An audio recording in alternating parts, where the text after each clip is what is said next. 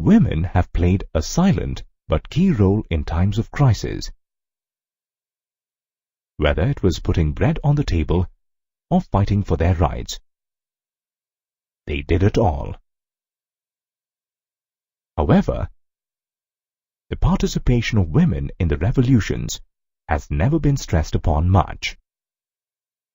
Women came into the forefront on October 5, 1789, when they marched to Versailles and brought King Louis XVI back to Paris. They wanted the king and government closer so they could keep an eye on their activities, to voice their opinions and interests. Political clubs were set up all over France.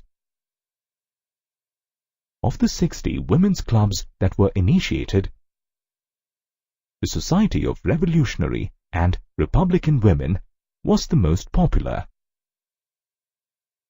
The key issues raised by the Society of Revolutionary and Republican Women was equal political rights for women, similar to the rights assigned to men. Though many laws were introduced to improve the lives of women, like schools made compulsory for girls, marriage of own preference, divorce legalized, job training for women, yet the womenfolk were unhappy with the Constitution of 1791. They felt they were reduced to mere passive citizens, denying them the right to vote. Spearheading the cause of women from 1791 onwards was the eminent writer and political activist Olympe de Gouges.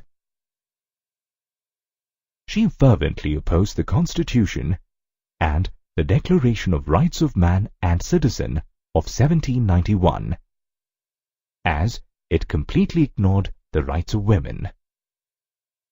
The Jacobin government rejected the demand for equal rights to women and sought to shut down all women's clubs across France.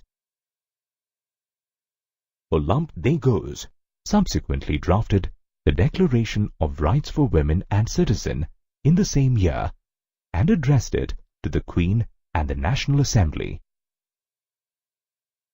She also criticized the Jacobin government for forcibly shutting down all women's clubs.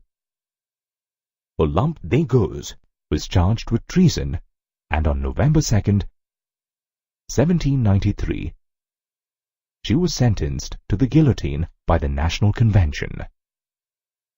Another eminent lady in the history of the French Revolution who was guillotined in 1793 was Charlotte Corday.